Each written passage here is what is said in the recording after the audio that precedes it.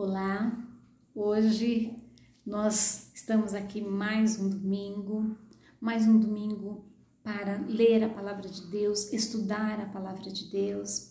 E hoje eu queria trazer um texto que nós já usamos nas nossas quartas-feiras de oração, mas dando uma nova perspectiva, um olhar para um lado em que talvez você e eu estejamos passando. Eu quero falar do nosso sofrimento e eu quero falar sobre sofrimentos que às vezes não aparecem, mas que podem estar atrapalhando a sua vida diariamente e que vão minando a sua saúde e que vão reduzindo a sua alegria e que vão talvez expondo o que é pior ou que não é agradável, nem para você e nem para nenhuma pessoa. Então, o que fazer? E à medida que nós vamos ler esse texto, eu gostaria então de compartilhar algumas percepções que eu acho bastante importante para mim e para você. O texto que nós vamos ler está em 1 Samuel, capítulo 1, e conta a história de Ana. Ana, uma mulher que foi casada com Eucana, e o texto vai apresentar como se ela não pudesse ter filhos, e vai dizer que o Senhor não permitiu que ela tivesse filhos.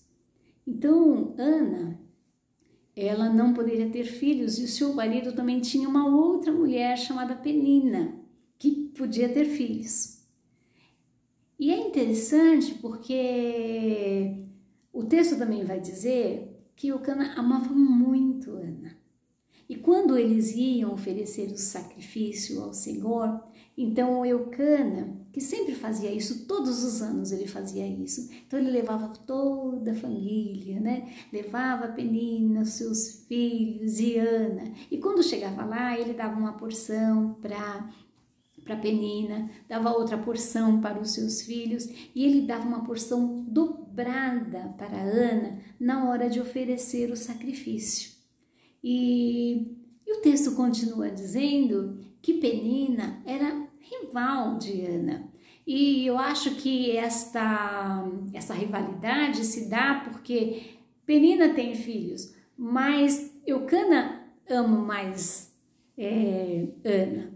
E ela começa a provocar. E o que ela vai usar, para provocar a Ana? É exatamente o fato de que ela se considera melhor do que Ana quando ela então gera filhos. Então ela vai falando isso, ela vai provocando Ana. Então ela tipo assim, olha, você é amada, você é uma coitada, isso que você é, porque eu posso dar filhos, você não. E isso tinha um peso muito grande para a sociedade naquela época. E o verso vai dizendo, no verso 6, vai dizendo o seguinte, que Penina, sua rival, provocava e humilhava Ana, porque o Senhor não permitia que ela tivesse filhos. E isso acontecia ano após ano, sempre que iam ao santuário do Senhor. Penina irritava tanto Ana que ela ficava só chorando e não comia nada. Então, Penina deixava Ana num estado que ela não conseguia se controlar. Ela chorava e não comia. E o texto vai dizendo que isso acontecia durante anos. Vários anos. Então Ana vai se sentindo desse jeito e foi minando, talvez minando a alegria dela, talvez minando o prazer de oferecer um louvor ao Senhor, de chegar até o santuário e oferecer algo ao Senhor, mesmo que fosse uma porção dobrada. Não comia nada, não aproveitava a viagem, não aproveitava os amigos, não aproveitava nada, porque o fato dela não poder ter filhos, a entristecia. E Penina, ela representa aí a sociedade, que sempre está nos lembrando de que tem alguma coisa na gente que não está bom, de que tem uma falta na gente. Como a gente poderia dizer o seguinte, se você está na escola, por exemplo, Isso acontece muito. Então, o pessoal vai estudar e chega lá, tem que se deparar com várias matérias. E aí, alguns têm mais facilidade com humanas, outros têm mais facilidade com exatas. Mas se é um aluno, por exemplo, que tem dificuldade com matemática e o outro aluno tem muita facilidade, ele olha para aquilo e aquilo dói. Às vezes ele vai perguntar ao professor, professor, dá para você explicar de novo? E o professor fala assim, de novo vou ter que explicar isso? Poxa, olha, fulano já pegou e você ainda não conseguiu, você precisa estudar mais. E aí ele vai para casa e fala assim, não, mas eu já estudei tanto, isso aí não entra na minha cabeça. E aí toda aquela vez a história, né, do professor dizendo, não, você precisa estudar mais quando chega, né, e ele estuda, mas ele não consegue, ele não dá conta daquela matéria. E aí ele fica pensando, nossa, será que eu sou burro mesmo? Vai entristecendo ele. E aí quando chega nas aulas de matemática, né, que antes ele podia ter ânimo, estar assim, curioso para aprender, ele já chega desanimado. O professor fala, ele já não liga mais. Isso vai entristecendo ele. Então nós achamos que as nossas tristezas, as nossas angústias são só relacionadas a coisas de grande, né, monte, né, coisas muito importantes. Não, às vezes são coisas que a sociedade acha que é pequena, mas ela mesmo nos leva a uma condição de que a gente não se sinta bem. E é exatamente isso que Penina vai fazendo com Ana. Então, e o que Ana vai fazendo? Ela vai deixando, os anos vão rolando e ela vai aceitando aquilo, falando, não posso fazer nada. Porque se ela vai falar com alguém pode falar assim, nossa, mas você é casada, você tem comida, você tem bebida, você tem casa para morar, tem um marido que te ama, você quer mais o quê? Então não vai validando a sua dor, não vai legitimando a sua dor. E ela vai sofrendo, aquilo vai influenciando ela e ela vai ficando mais triste, vai ficando mais desanimada, né? Os passeios já não são tão agradáveis, estar com o marido sempre lembra, inclusive até o sexo talvez não seja tão prazeroso, porque ela fala assim, pra que sexo? Né? Eu nunca vou ter meu filho. Então, para ela que quer um filho, aquilo é muito importante. Então interfere na vida toda. Às vezes algo que você tem uma dificuldade pode interferir na sua vida toda. E no caso de Ana, era assim. E aí, então, um dia, no verso 8, vai dizer assim, que um dia o seu marido, Eucana, lhe pergunta, Ana, por que você está chorando? Por que você não come? Por que você está sempre triste? Por acaso eu não sou melhor para você do que 10 filhos? É como se ele dissesse assim, nossa, Ana, que humor você tem, hein? Nossa, Ana, mas você é chorona, hein? Meu Deus do céu, quem que aguenta isso? Nunca você vai sorrir? É sempre com esse humor, sempre chata, sempre chorando, ninguém aguenta. Então ele não pergunta, olha, isso está te entristecendo? Então, a família, às vezes, que a gente espera, né? A gente espera que a sociedade possa nos ajudar com as nossas dificuldades, a gente espera que a família pode nos ajudar, mas às vezes eles não podem. Porque olha a compreensão de Eucana, eu não sou melhor para você do que 10 filhos. Então ele acha que ele pode suprir a tristeza dela. Ele pode dar outras alegrias, mas ele não pode substituir aquela tristeza dela, aquela angústia, aquele medo, né, com alguma coisa. Não dá, não é possível. Às vezes a família é assim. A família tem muitos filhos. Às vezes tem um filho, o primeiro filho, sempre tem mais vantagens, sempre tem roupa mais bonitas, as roupas novas, né? E o segundo filho, eles vêm com as roupas mais ou menos, já não tem mais aquele prazer, já não pinta o quarto, já não é berço novo, não é nada, né? E pode parecer besteira, mas à medida que a criança vai percebendo isso, ela pode se entristecendo. Mas alguns dirão, você não quer ser besta, ama a mãe, ama todo mundo igual. Mas ela percebe que tem uma diferença, né? E ela vai sentindo isso. Mas aí na hora que ela vai falar para a mãe fala assim, isso é besteira, isso é coisa da tua cabeça. Mãe nunca tem amor diferente, pai nunca tem amor diferente. E quando tem um irmão problemático, né? Que toda atenção, todo olhar, todo o tempo é para aquela outra criança. E aí, Quando a criança vai reclamar, fala assim, você não tá vendo que seu irmão precisa? Você fica aí reclamando, tem tudo. Então, às vezes, a gente está esperando que a família também vai olhar para a gente, que a família também vai observar que a gente sofre, que a gente tem dificuldades, mas também não valida o nosso sofrimento. Às vezes você pode estar buscando no lugar errado, não é? Não é verdade?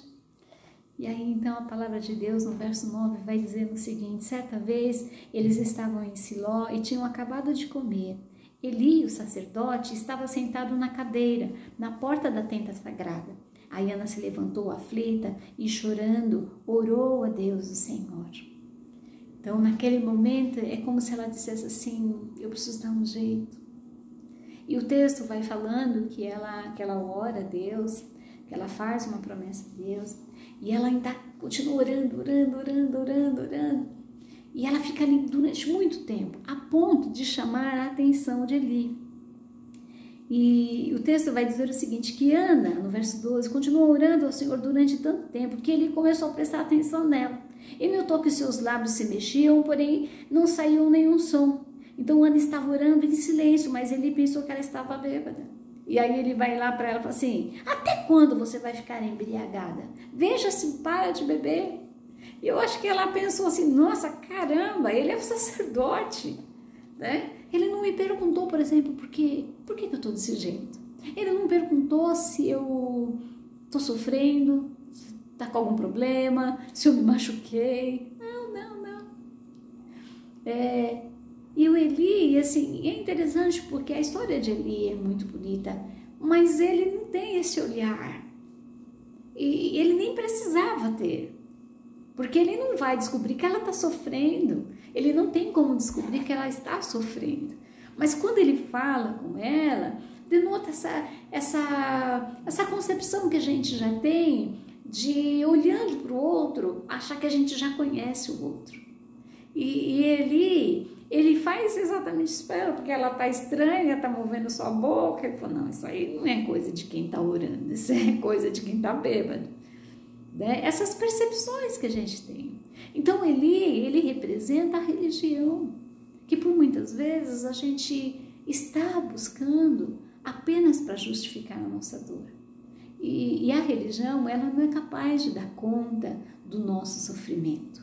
E eu estou falando aqui não da igreja, não dos irmãos, não do pastor, não da comunidade. Eu estou falando da religião. Porque como é que a religião olha, por exemplo, a depressão? Muitos lugares, né, que a gente conhece aí, graças a Deus, na nossa igreja não é assim, vai dizer o seguinte, isso é coisa de Satanás, só pode ser. Ou então, também, né, não vai para a igreja, não está com os irmãos, né, vai ficar depressivo mesmo, né, abre brecha.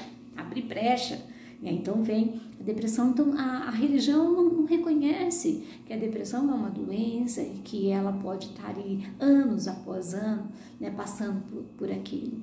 Então não dá suporte, a religião não dá suporte para o luto, né? Você chora a primeira semana, a segunda semana, a terceira semana, na quarta semana, fala, pô, caramba, né? Você não tem Deus, não? Né? O que está acontecendo? Então, as pessoas que estão sofrendo diante da religião se sentem muito fracos, porque quem que é forte, né? Se levanta, né? Essas palavras, né? De que o cristão tem que ser forte, né? Tem que tá sempre sorridente, tem que sempre ter uma palavra boa. Então, quando a gente está sofrendo, a gente vê isso, né? Nós nos decaímos em profunda tristeza. Por quê? Porque a religião não dá suporte. Não dá suporte para isso, não dá suporte para as nossas dores. Então, se você está buscando, e não que às vezes a gente não faça isso, mas se você está buscando, né, ser reconhecido no seu sofrimento, ou dar um jeito no seu sofrimento na sociedade, não vai dar certo. Se você acha que a sua família vai poder te dar todo o suporte que você está precisando, ou então ela vai legitimar todos os seus sofrimentos, todas as suas dificuldades, todos os seus momentos de angústia, você também vai se decepcionar. E se você está buscando na religião, né, eu não estou falando na comunidade, mas na religião, você também vai se decepcionar. Porque você vai vendo que as pessoas eles querem um cristão bom, né, fraco, né?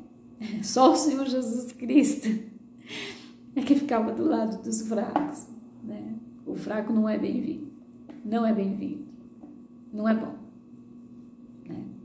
Lidar com uma pessoa que passa os anos entristecida, angustiada, não é fácil. Então, você não vai ser reconhecido. E aí, exatamente nesse momento que Ana nos traz uma grande lição. Porque ela sofreu e ela ficou neste ambiente como uma coadjuvante da sua vida o tempo todo. Foram anos passando por isso. E às vezes a gente passa anos com um segredo que nos dói, que nos machuca, anos com um problema e nunca traz aquele problema à tona de forma que você possa ou elaborar, né, ou ver de uma outra forma. Às vezes a gente faz como Ana, convive muito tempo com um problema, sem dar uma solução, sem tomar uma medida. E aqui ela se torna talvez a primeira mulher ousada de fato da Bíblia, porque no verso 9 vai falar que certa vez eles estavam em Siló e tinham acabado de comer. Eli estava lá sentado na cadeira. Aí no verso 10 diz: aí Ana se levantou aflita e chorando, orou a Deus o Senhor. E quando ela ora a Deus, quando ela se dirige a Deus, quando ela vai falar com Deus, ela faz também uma promessa. E essa promessa que ela faz é o seguinte: ó Senhor Todo-Poderoso, olha para mim. E aí ela fala assim: olha, agora não é a sociedade que vai olhar, não é meu marido que vai olhar, não é ali o sacerdote que vai olhar, eu quero que Deus olhe para mim. Então ele fala assim: olha para mim, a tua serva, vê a minha aflição e lembra de mim, não esqueças a tua serva. Se tu me deres um filho, prometo que dedicarei a ti por toda a vida e nunca ele cortará o cabelo. E eu quero dizer para vocês o seguinte, que estudando, né, outro dia eu estava conversando com o Ricardo, ele falou: olha, Tânia, tem um estudo sobre Ana muito interessante, queria que você lesse. E eu fui ler, né, eu sou muito curiosa, fui ler, e aí eu descobri nesse estudo que o voto que Ana faz aqui diante de Deus, ela não poderia fazer. Ela só poderia fazer com o aval do seu esposo. Se ela fosse solteira, era o aval do seu pai. Como ela era casada, tinha que ser o aval do seu esposo. Então, ela não poderia fazer um voto a Deus direto. Então, ela quebra estruturas nesse momento. Ela sai deste lugar escondido e aparece para Deus. Ela fala para Deus olhar para ela, mas na realidade ela se aparece diante de Deus e fala assim: olha para mim.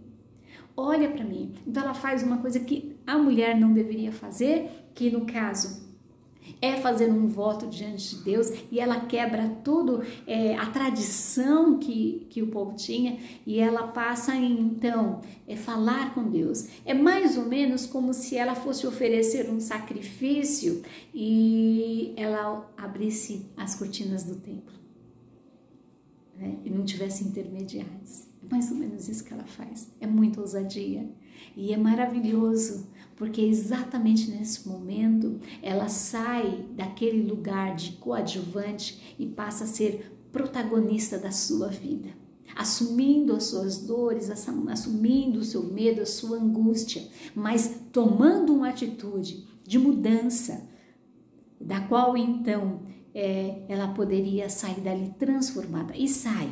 E ela faz essa promessa ao Senhor, e quando então ele vai conversar com ela, que ele fala que ela está bêbada, e ela fala assim: Senhor, no verso 15, eu não estou bêbada, eu não bebi nem vinho, nem cerveja, eu estou desesperada, eu estava orando, contando a minha aflição ao Senhor. Olha, eu estou buscando uma solução para a minha vida. E ela vai dizer: não pense que eu sou uma mulher sem moral. E ela fala, eu estava orando daquele jeito porque eu sou muito infeliz e sofredora. Nesse momento, Ana dá voz ao seu sofrimento.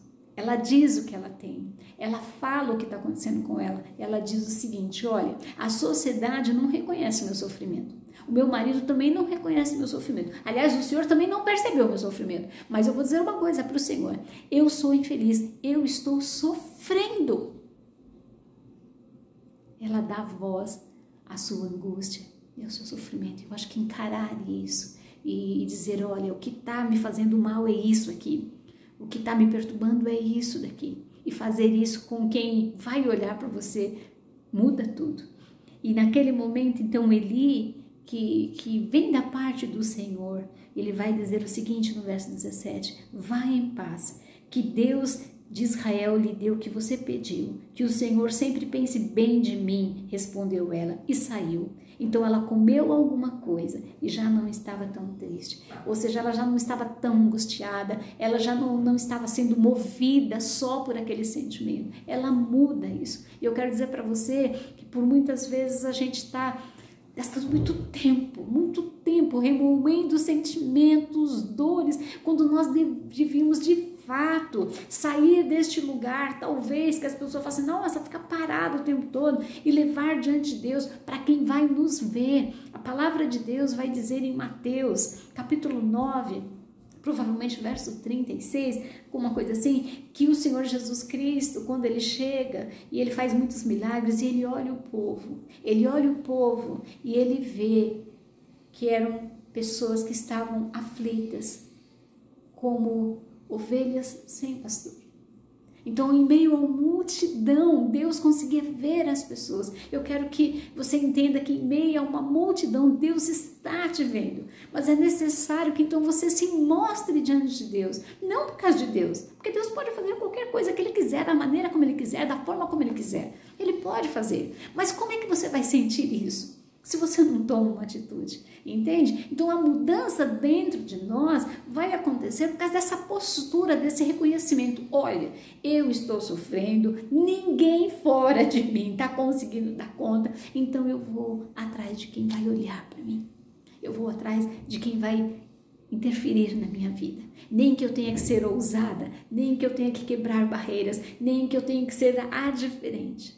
E aí então ela vai lá e volta diferente. E a palavra de Deus vai dizer que nada tinha acontecido, mas ela vai para casa e provavelmente alguns dias depois ela foi para casa e ela então ali se deita com seu esposo e ela é engravida e ela tem um filho chamado Samuel, o grande profeta, o profeta que ungiu o rei Davi, do qual o Senhor Jesus Cristo veio.